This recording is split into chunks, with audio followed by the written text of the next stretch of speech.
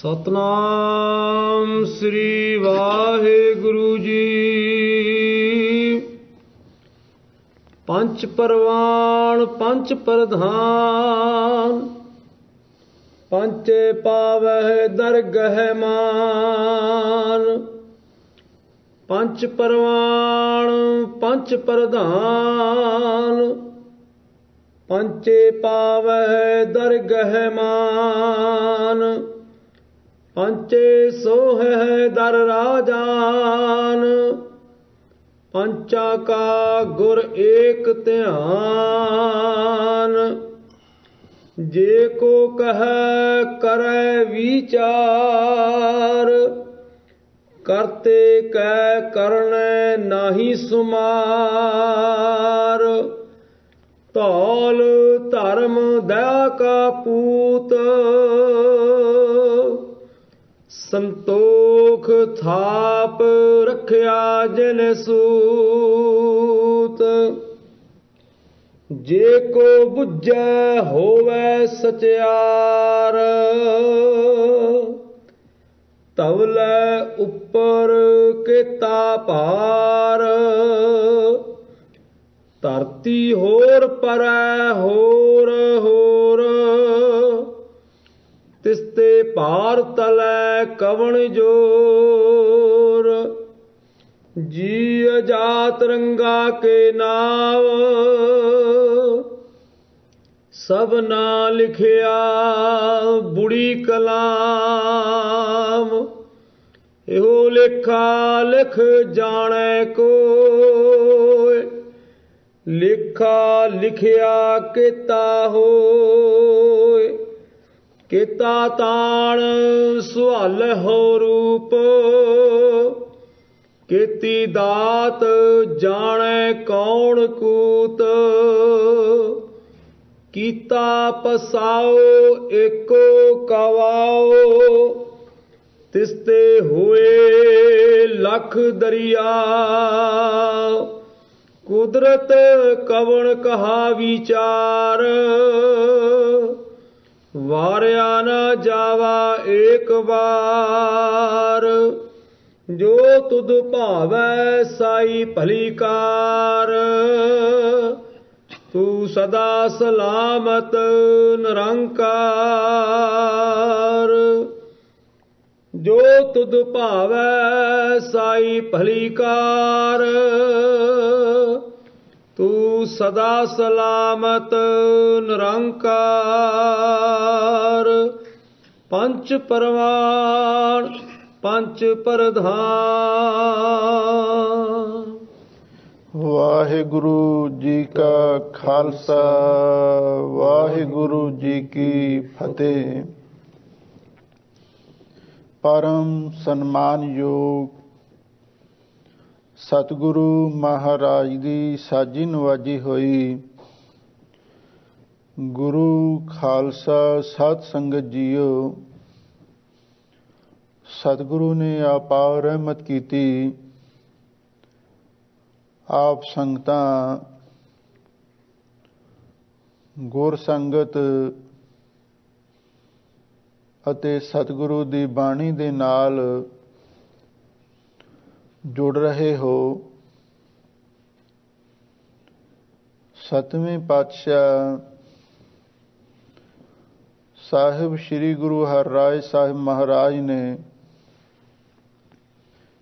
ਇੱਕ ਵਾਰ ਬਚਨ ਕੀਤਾ ਸੀ, ਐ ਗੁਰਸਿੱਖੋ, ਜੇ ਹੋ ਸਕੇ ਤੁਸੀਂ ਉਸ ਅਕਾਲ ਪੁਰਖ ਵਾਹਿਗੁਰੂ ਪਰਮੇਸ਼ਰ ਦਾ ਧਿਆਨ ਕਰਨਾ ਹੈ। ਕਲਗੀਧਰ ਪਾਤਸ਼ਾਹ ਦੇ ਵੀ ਬਚਨ ਹਨ, ਧਿਆਨ ਧਰੋ ਤਿਹ ਕੋ ਮਨ ਮੈਂ, ਜਿਹ ਕੋ ਅਮਿਤੋਜ ਸਭੈ ਜਗ ਛਾਇਓ। ਤੁਸੀਂ ਉਸ ਪਾਰ ਬ੍ਰਹਮ ਦਾ ਧਿਆਨ ਕਰਨਾ ਹੈ ਜੋ ਸਾਰੇ ਜੀਵਾਂ ਨੂੰ ਪੈਦਾ ਵੀ ਕਰਦਾ ਹੈ, ਸਭ ਦੀ ਪਾਲਣਾ ਵੀ ਕਰਦਾ ਹੈ ਅਤੇ ਸਾਰਿਆਂ ਨੂੰ ਆਪਣੇ ਵਿੱਚ ਆਪੇਦ ਵੀ ਕਰਦਾ ਹੈ। ਦੂਸਰੇ ਨੰਬਰ ਤੇ ਗੁਰੂ ਹਰਿਰਾਏ ਸਾਹਿਬ ਮਹਾਰਾਜ ਨੇ ਬਚਨ ਕੀਤਾ ਕਿ ਐ ਗੁਰਸਿੱਖੋ, ਜੇ ਤੁਹਾਡਾ ਧਿਆਨ ਉਸ ਅਕਾਲ ਪੁਰਖ ਵਾਹਿਗੁਰੂ ਦੇ ਵਿੱਚ ਨਹੀਂ ਜੁੜਦਾ, ਫਿਰ ਤੁਸੀਂ ਗੁਰ ਕੈ ਬਚਨ ਹਿਰਦੈ ਧਿਆਨ ਧਾਰੀ ਸ਼ਬਦ ਗੁਰੂ ਦਾ ਧਿਆਨ ਕਰੋ, ਬਾਣੀ ਨਾਲ ਆਪਣਾ ਚਿੱਤ ਜੋੜੋ। ਅਕਾਲ ਪੁਰਖ ਤੋਂ ਦੂਸਰਾ ਨੰਬਰ ਸਤਿਗੁਰੂ ਦਾ ਹੈ।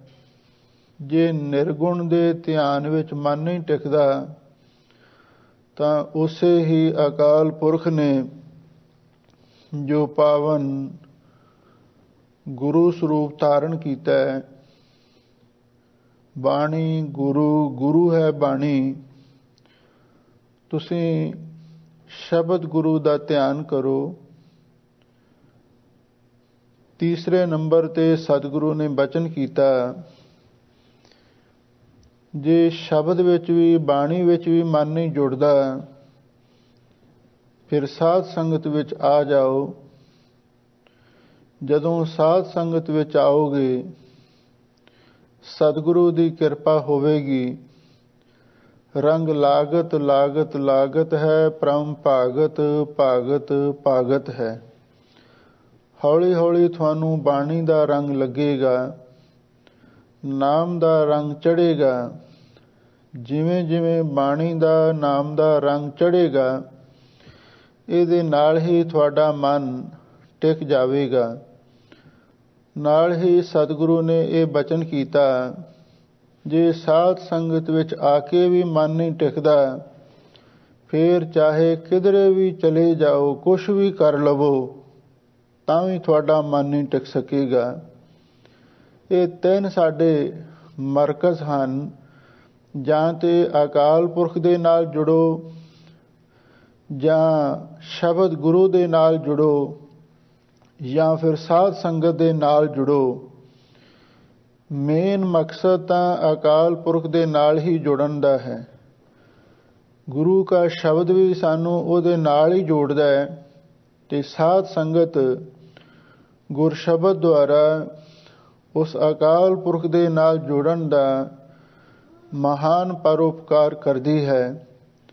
ਧੰਨ ਹਨ ਉਹ ਗੁਰਸਿੱਖ ਮਾਈ ਭਾਈ, ਜਿਹੜੇ ਸਤਸੰਗਤ ਦੁਆਰਾ, ਸ਼ਬਦ ਗੁਰੂ ਬਾਣੀ ਦੁਆਰਾ ਉਸ ਨਿਰੰਕਾਰ ਦੇ ਨਾਲ ਜੁੜਨ ਦਾ ਉਪਰਾਲਾ ਕਰਦੇ ਹਨ। ਧੰਨ ਗੁਰੂ ਨਾਨਕ ਦੇਵ ਮਹਾਰਾਜ ਸੱਚੇ ਪਾਤਸ਼ਾਹ ਨੇ ਜਪਜੀ ਸਾਹਿਬ ਬਾਣੀ ਦੇ ਅੰਦਰ ਜਿਹੜੇ ਬਹੁਤ ਹੀ ਸੂਖਮ ਭੇਦ ਹਨ, ਜਿਨ੍ਹਾਂ ਨੂੰ ਹੁਣ ਤੱਕ ਇੱਕ ਬੁਝਾਰਤ ਹੀ ਮੰਨਿਆ ਜਾਂਦਾ ਸੀ, ਸਾਹਿਬ ਸਤਿਗੁਰੂ ਸੱਚੇ ਪਾਤਸ਼ਾਹ ਨੇ ਉਹ ਸਾਡੇ ਸਾਰੇ ਭੁਲੇਖੇ ਦੂਰ ਕਰ ਦਿੱਤੇ। ਆਪ ਸੰਗਤਾਂ ਨੇ 15 ਪੌੜੀਆਂ ਦੀ ਵਿਚਾਰ ਸਰਵਣ ਕੀਤੀ ਹੈ। ਸਾਹਿਬ ਸਤਿਗੁਰੂ ਸੱਚੇ ਪਾਤਸ਼ਾਹ ਨੇ ਗਾਉਣ ਤੋਂ ਵਿਚਾਰ ਸ਼ੁਰੂ ਕੀਤੀ ਸੀ। ਗਾਵੀਐ ਨਾਨਕ ਗਾਵੀਐ ਗੁਣੀ ਨਿਧਾਨ, ਜਿਨ ਸੇਵਿਆ ਤਿਨ ਪਾਇਆ ਮਾਨ, ਨਾਨਕ ਗਾਵੀਐ ਗੁਣੀ ਨਿਧਾਨ। ਤੇ ਨਾਲ ਇਹ ਵੀ ਸਾਨੂੰ ਸਮਝਾ ਦਿੱਤਾ ਸੀ, ਗਾਵੀਐ ਸੁਣੀਐ ਮਨ ਰਖੀਐ ਭਾਉ। ਜਦੋਂ ਗੁਰਬਾਣੀ ਨੂੰ ਗਾਉਣਾ ਹੋਵੇ ਜਾਂ ਸੁਣਨਾ ਹੋਵੇ, ਤੇ ਫਿਰ ਸ਼ਬਦ ਦਾ ਭਾਵ ਆਪਣੇ ਮਨ ਵਿੱਚ ਟਿਕਾ ਕੇ ਰੱਖੋ। ਫਿਰ ਦੇਖੋ ਭਲਾ ਤੁਹਾਡਾ ਮਨ ਟਿਕਦਾ ਹੈ ਕਿ ਨਹੀਂ ਟਿਕਦਾ। ਗਾਉਣ ਤੋਂ ਵਿਚਾਰ ਸ਼ੁਰੂ ਕੀਤੀ ਸੀ। ਫਿਰ ਅੱਗੇ ਸਰਵਣ ਦੇ ਉੱਤੇ 4 ਪੌੜੀਆਂ ਦੇ ਵਿੱਚ ਸਤਿਗੁਰੂ ਨੇ ਵਿਚਾਰ ਪ੍ਰਗਟ ਕੀਤੀ, ਅਤੇ ਫਿਰ 4 ਹੀ ਪੌੜੀਆਂ ਦੇ ਅੰਦਰ ਪਹਿਲਾਂ ਗਾਉਣਾ, ਫਿਰ ਸੁਣਨਾ, ਤੇ ਫਿਰ ਉਸ ਨੂੰ ਮੰਨਣਾ ਹੈ। ਜਿਹੜੇ ਮੰਨਦੇ ਹਨ, ਸਤਿਗੁਰੂ ਨੇ ਪਹਿਲਾਂ ਹੀ ਉਹਨਾਂ ਦੇ ਬਾਰੇ ਇਹ ਬਚਨ ਕਹਿ ਦਿੱਤਾ, मन्ने की गात कही न जाए, जे को कहे पिछे पछताए। ਜਿਹੜਾ ਗੁਰੂ ਦਾ ਹੁਕਮ ਮੰਨਦਾ ਹੈ ਅਤੇ ਨਾਮ ਦੀ ਕਮਾਈ ਕਰਦਾ ਹੈ, ਉਹਦੀ ਅਵਸਥਾ ਇੰਨੀ ਉੱਚੀ ਹੋ ਜਾਂਦੀ ਹੈ, ਉਹਦੇ ਬਾਰੇ ਕੁਝ ਵੀ ਬਿਆਨ ਨਹੀਂ ਕੀਤਾ ਜਾ ਸਕਦਾ। ਜਿਹੜਾ ਮੰਨ ਲੈਂਦਾ ਹੈ, ਫਿਰ ਉਸ ਨੂੰ ਅੱਗੇ ਕਿਹੜੀ ਪਦਵੀ ਪ੍ਰਾਪਤ ਹੁੰਦੀ ਹੈ। ਧੰਨ ਗੁਰੂ ਨਾਨਕ ਦੇਵ ਮਹਾਰਾਜ ਸੱਚੇ ਪਾਤਸ਼ਾਹ ਨੇ ਅੱਗੇ 16ਵੀਂ ਪੌੜੀ ਦੇ ਅੰਦਰ ਉਹਨਾਂ ਨੂੰ ਪੰਜ ਸ਼ਬਦ ਦੀ ਪਦਵੀ ਪ੍ਰਦਾਨ ਕੀਤੀ ਹੈ। ਪੰਜ ਪਰਵਾਨ, ਪੰਜ ਪ੍ਰਦਾਨ। ਪੰਜ ਦਾ ਅਸਲੀ ਅਰਥ ਇਹ ਹੈ, ਜਿਨ੍ਹਾਂ ਨੇ ਗੁਰੂ ਦੇ ਉਪਦੇਸ਼ ਨੂੰ ਸੁਣਿਆ ਹੈ ਤੇ ਮੰਨਿਆ ਹੈ, ਫਿਰ ਉਹਨਾਂ ਨੂੰ ਪੰਜ ਦੀ ਪਦਵੀ ਪ੍ਰਾਪਤ ਹੋ ਗਈ। ਪੰਜ ਦਾ ਅਖਰੀ ਮਤਲਬ ਹੈ ਮੁਖੀ, ਸ੍ਰੇਸ਼ਟ, ਕੋਈ ਉੱਚੀ ਪਦਵੀ ਦਾ ਮਾਲਕ। ਜਿਵੇਂ ਆਪਾਂ ਪਿੰਡ ਦੀ ਪੰਚਾਇਤ ਨੂੰ ਪੰਚ ਕਹਿ ਦਿੰਦੇ ਹਾਂ, ਜਿਹੜਾ ਉਹਨਾਂ ਵਿੱਚੋਂ ਮੁਖੀ ਹੋਵੇ ਉਹਨੂੰ ਸਰਪੰਚ ਕਿਹਾ ਜਾਂਦਾ ਹੈ। ਸਾਹਿਬ ਸਤਿਗੁਰੂ ਧੰਨ ਗੁਰੂ ਅਰਜਨ ਦੇਵ ਮਹਾਰਾਜ ਨੇ ਇੱਥੇ ਪੰਜ ਸ਼ਬਦ ਉਹਨਾਂ ਗੁਰਮੁਖਾਂ ਲਈ ਵਰਤਿਆ ਹੈ, ਜਿਨ੍ਹਾਂ ਨੇ ਤਾਨ ਮਾਨ ਧਨ ਗੁਰੂ ਨੂੰ ਅਰਪਣ ਕਰ ਦਿੱਤਾ ਹੈ ਅਤੇ ਗੁਰੂ ਦੇ ਹੁਕਮ ਦੀ ਪਾਲਣਾ ਕਰਦਿਆਂ ਹੋਇਆਂ ਪਰਮ ਪਦਵੀ ਨੂੰ ਪ੍ਰਾਪਤ ਹੋ ਗਏ। ਉਹਨਾਂ ਨੂੰ ਪੰਜ ਸ਼ਬਦ ਦੁਆਰਾ ਸਤਿਗੁਰੂ ਨੇ ਸਤਿਕਾਰ ਦਿੱਤਾ ਹੈ। ਧੰਨ ਗੁਰੂ ਅਰਜਨ ਦੇਵ ਮਹਾਰਾਜ ਨੇ ਵੀ ਪੰਚਮ ਪੰਜ ਪ੍ਰਦਾਨ ਤੇ ਜਿਨ ਜਾਣਿਓ ਪਰਪੰਚ, ਜਿੱਥੇ ਥਿੱਤਾਂ ਦੁਆਰਾ ਉਪਦੇਸ਼ ਬਖਸ਼ਿਸ਼ ਕੀਤਾ ਹੈ, ਉਥੇ ਇਹ ਗੱਲ ਸਪਸ਼ਟ ਕੀਤੀ ਹੈ, ਪੰਚਮ ਪੰਜ ਪ੍ਰਦਾਨ ਤੇ ਅਸਲੀ ਪੰਜ ਅਤੇ ਪ੍ਰਦਾਨ ਉਹ ਨੇ ਜਿਨ ਜਾਣਿਓ ਪਰਪੰਚ, ਜਿਨ੍ਹਾਂ ਨੇ ਪਰਪੰਚ ਦਾ ਅਰਥ ਹੈ ਸੰਸਾਰ ਦੀ ਹਕੀਕਤ ਨੂੰ ਸਮਝ ਲਿਆ ਹੈ। ਇਹ ਸੰਸਾਰ ਕੀ ਚੀਜ਼ ਹੈ, ਇਹੋ ਵੇ ਸੰਸਾਰ ਤੁਮ ਦੇਖਦੇ, ਇਹੋ ਹਰ ਕਾ ਰੂਪ ਹੈ, ਹਰ ਰੂਪ ਨਦਰੀ ਹੈ। ਇਹੋ ਜਗ ਸੱਚੇ ਕੀ ਹੈ ਕੋਸ਼ੜੀ, ਸੱਚੇ ਕਾ ਵਿੱਚ ਵਾਸ। ਇੱਕ ਨਾ ਹੁਕਮ ਸਮਾਇਲੇ, ਇੱਕ ਨਾ ਹੁਕਮੇ ਕਰੇ ਵਿਨਾਸ਼। ਹਜ਼ੂਰ ਕਹਿੰਦੇ ਨੇ, ਜਿਨ੍ਹਾਂ ਨੇ ਸੰਸਾਰ ਦੀ ਅਸਲੀਅਤ ਨੂੰ ਸਮਝ ਲਿਆ ਹੈ, ਇਸ ਦਾ ਮੂਲ ਕੀ ਹੈ ਅਕਾਲ ਪੁਰਖ, ਉਹਨੂੰ ਜਾਣ ਲਿਆ ਹੈ, ਉਹ ਅਸਲੀ ਪੰਚ ਨੇ। ਹੁਣ ਇੱਥੇ ਇਹ ਗੱਲ ਸਪਸ਼ਟ ਹੋ ਗਈ, ਬ੍ਰਹਮ ਗਿਆਨੀ ਮਹਾਂਪੁਰਖ ਨੂੰ ਸਤਿਗੁਰੂ ਨੇ ਪੰਜ ਸ਼ਬਦ ਦੁਆਰਾ ਸੰਬੋਧਨ ਕੀਤਾ ਹੈ। ਵੈਸੇ ਜਦੋਂ ਆਪਾਂ ਗੁਰਬਾਣੀ ਦੀ ਗੁਰ ਇਤਿਹਾਸ ਦੀ ਵਿਚਾਰ ਕਰਦੇ ਹਾਂ, ਪੰਜ ਜਿਹੜਾ ਸ਼ਬਦ ਹੈ ਇਹ ਪੰਜ ਦੀ ਗਿਣਤੀ ਵਾਸਤੇ ਵੀ ਵਰਤਿਆ ਗਿਆ ਹੈ।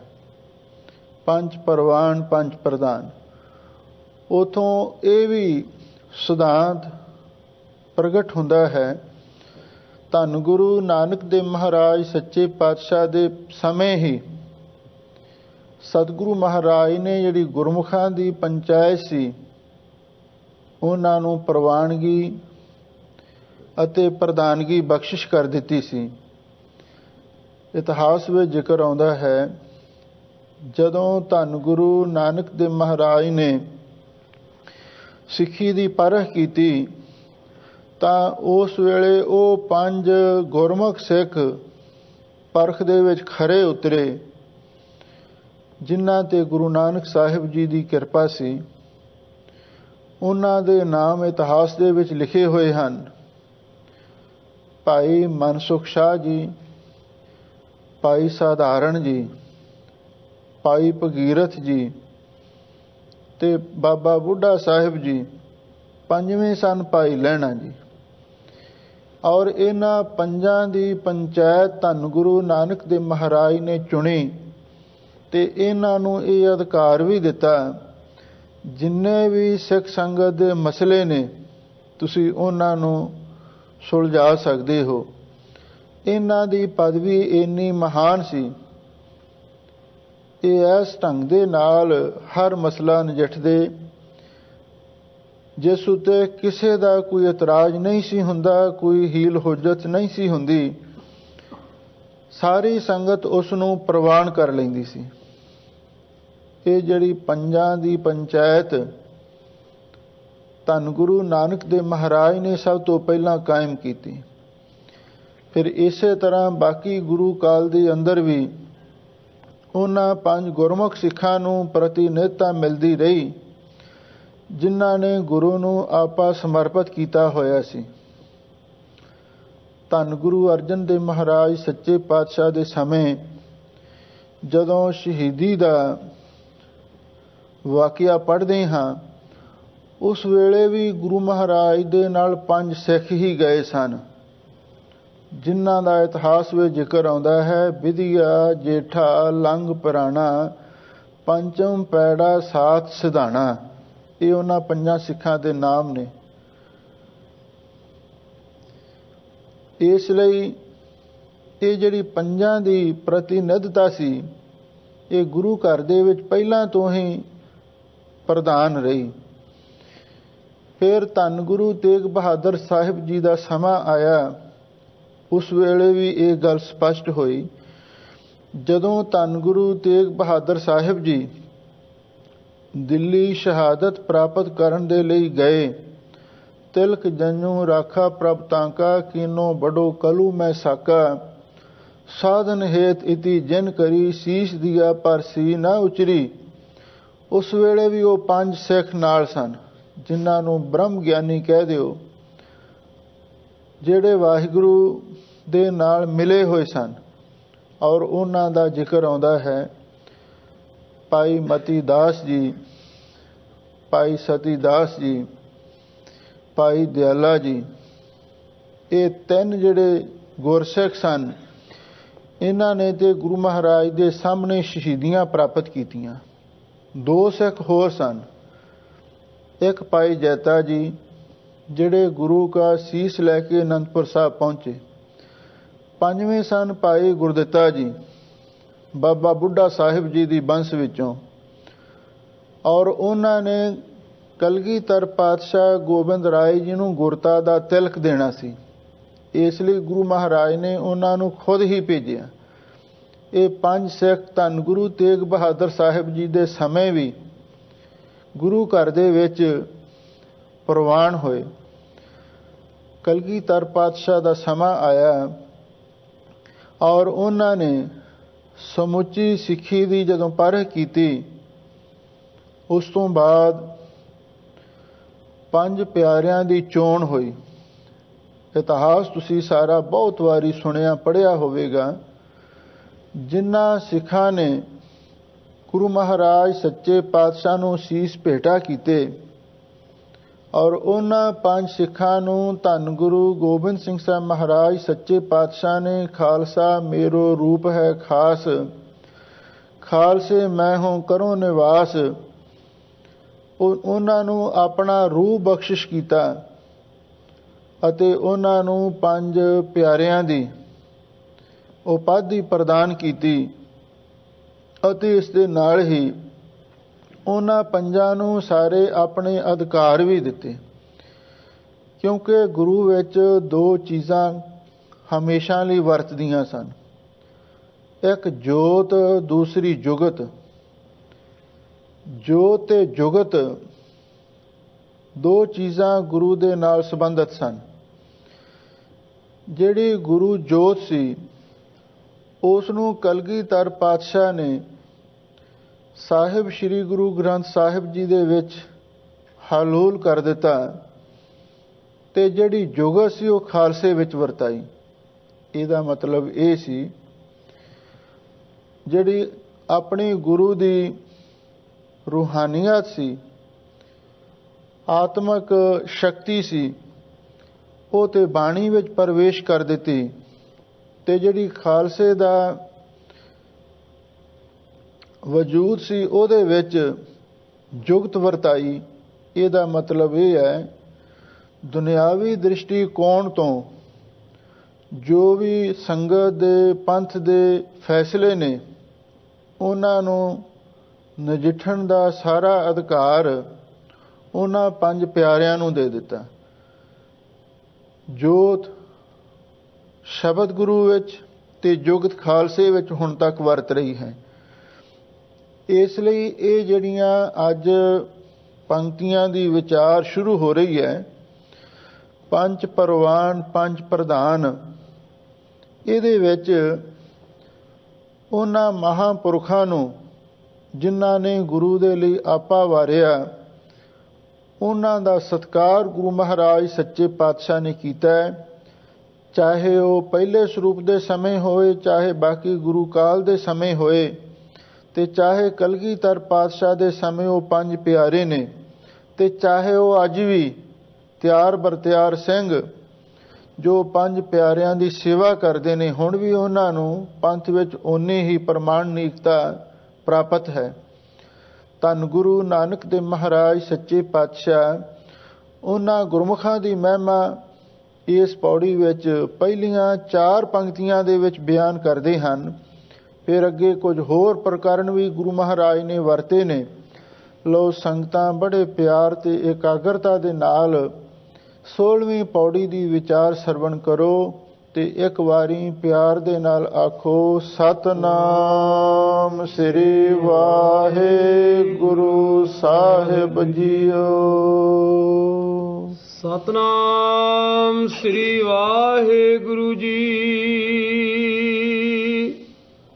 ਪੰਜ ਪਰਵਾਨ ਪੰਜ ਪ੍ਰਧਾਨ।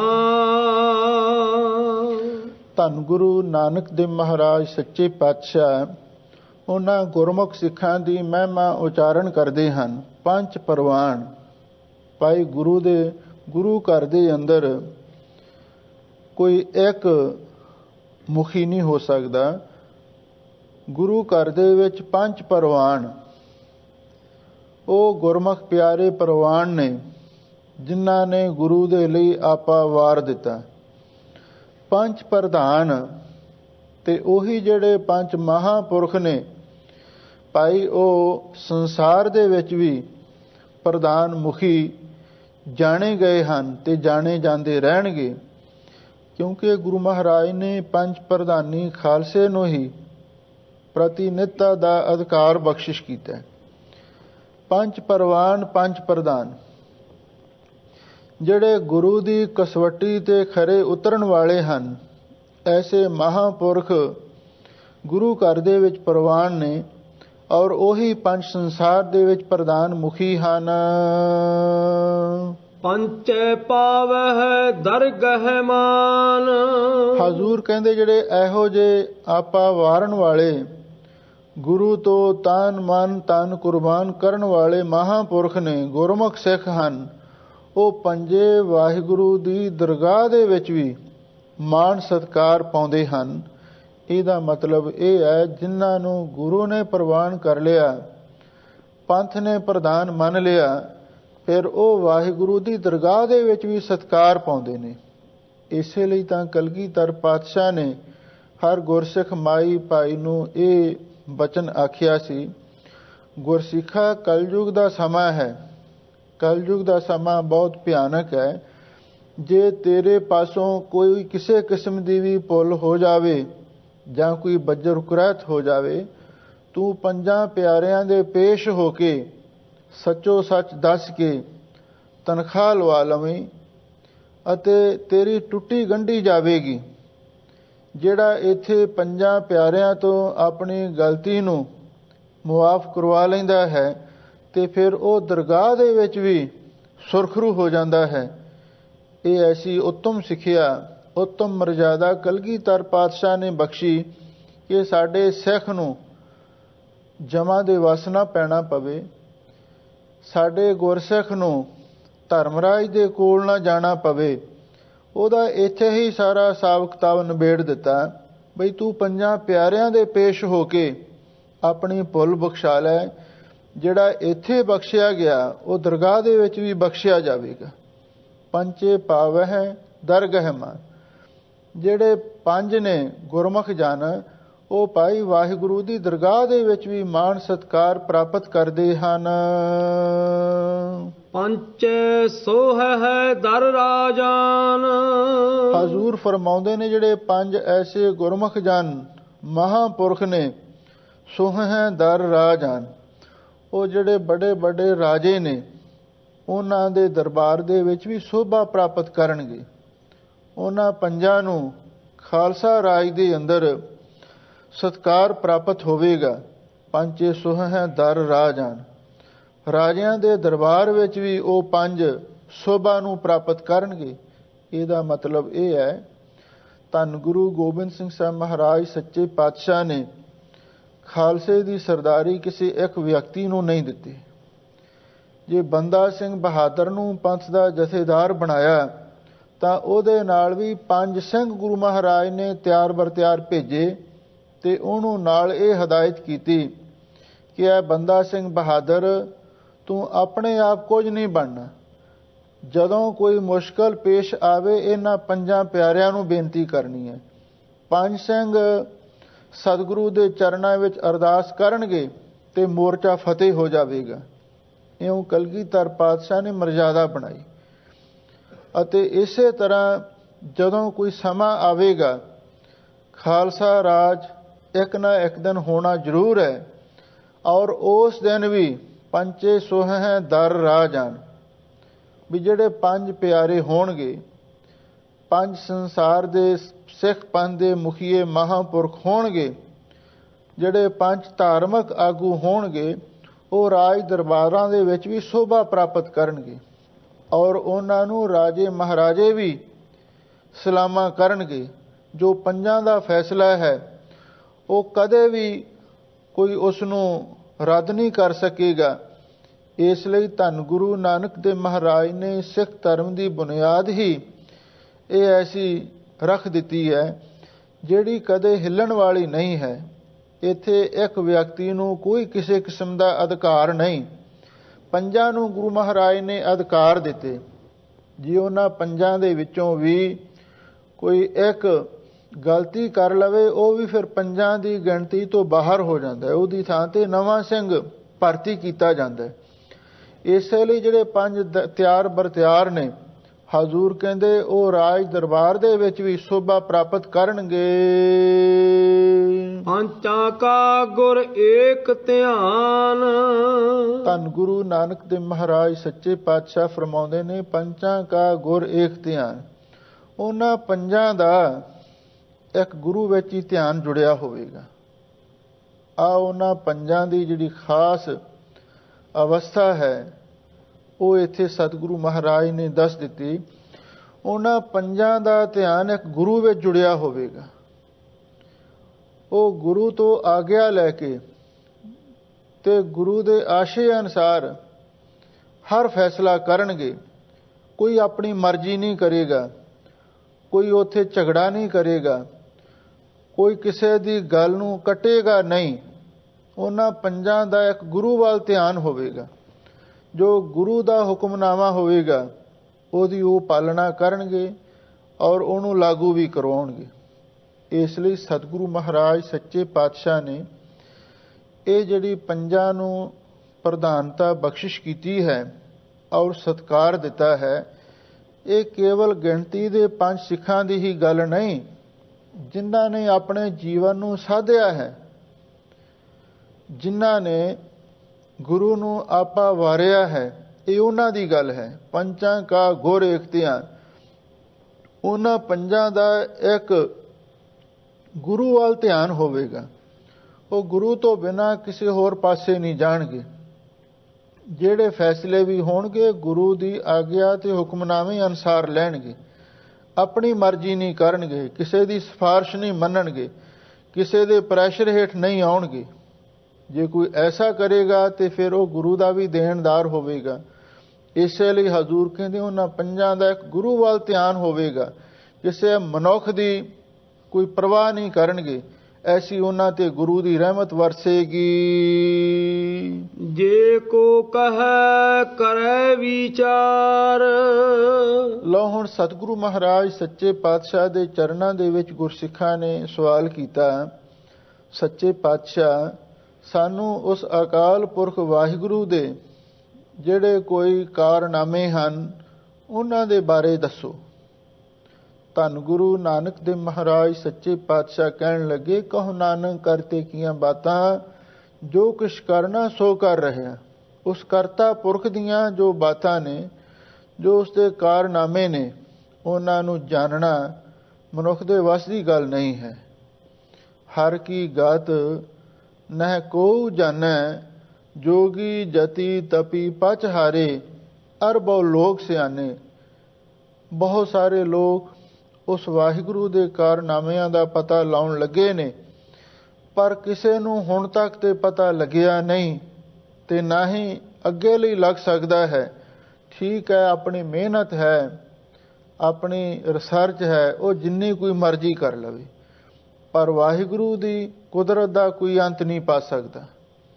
ਹਜ਼ੂਰ ਕਹਿੰਦੇ, ਜੇ ਕੋ ਕਹੈ, ਜੇ ਕੋਈ ਇਸ ਗੱਲ ਨੂੰ ਆਖੇ, ਕਰੇ ਵਿਚਾਰ, ਤੇ ਨਾਲ ਇਸ ਗੱਲ ਦੀ ਵਿਚਾਰ ਵੀ ਕਰੇ ਵੀ ਉਸ ਕਰਤਾ ਪੁਰਖ ਦੇ ਕਿਹੋ ਜਿਹੇ ਕਾਰਨਾਮੇ ਹਨ, ਉਹਨਾਂ ਦੇ ਬਾਰੇ ਕੁਝ ਵੀ ਕਹਿਣਾ, ਕੁਝ ਵੀ ਵਿਚਾਰ ਕਰਨੀ ਨਿਸਫਲ ਹੈ। ਉਹਦਾ ਕਾਰਨ ਹਜ਼ੂਰ ਅੱਗੇ ਲਿਖਦੇ ਹਨ।